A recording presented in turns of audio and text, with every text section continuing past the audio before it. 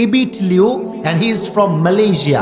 মালয়েশিয়ার একজন দাঈ আল্লাহ, তিনি তাবলীগের সঙ্গে সম্পৃক্ত। খুব মনোযোগ দিয়ে শুনবেন। ওনার কিছু ভিডিও দেখে I'm really shocked, মানে এটা অবাক করা বিষয়। উনি একজন আমাদের মতো দাঈ আল্লাহ, দাড়ি আছে, টুপি আছে, ওনার মতো একজন মানুষকে আমি দেখলাম। উনি নর্তকীদের নাচ গান যেখানে হয়, মদের বার, নাচের বার, সেখানেও ইসলামের সুমহান বাণী নিয়ে পৌঁছে গিয়েছে। সুবহানাল্লাহ আসতে পড়লেন যে, দাড়িও আছে, টুপিও মাথায় আছে, সোজা নারীদের নর্তকীদের নাচের যে আড্ডাখানা সেখানে ঢুকে গিয়েছে।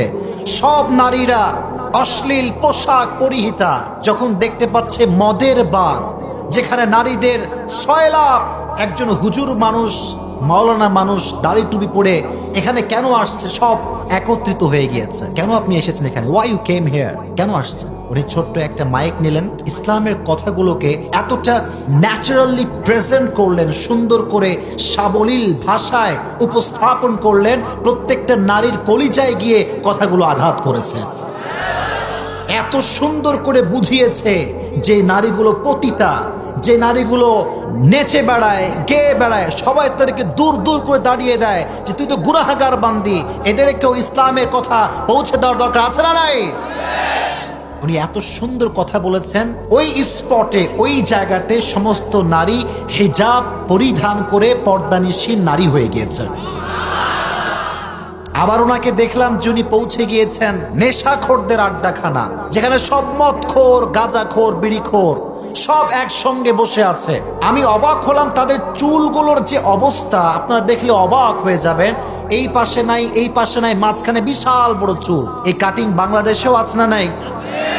পুরো লুকটাই চেঞ্জ করে ফেলে। আল্লাহ যে চেহারা তোমাকে দিয়েছে এটা হচ্ছে সবচাইতে সুন্দর চেহারা। সুবহানাল্লাহ পড়লেন না? এই সমস্ত নেশাখোরদের কাছে গিয়েও তিনি ইসলামটাকে এত সুন্দর করে উপস্থাপন করেছেন যে নেশাখোররা নেশা বাদ দিয়ে, মদ বাদ দিয়ে, জুয়া বাদ দিয়ে ইসলামের পথে ফিরে এসেছে।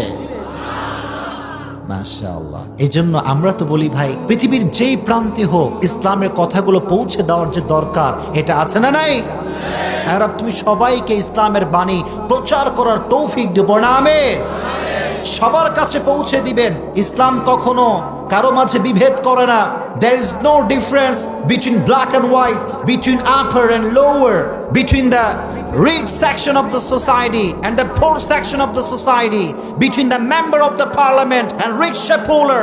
Everyone is equal, completely equal, 100% equal. There is no difference between them in the day of judgment. ঠিক কিনা বলেন?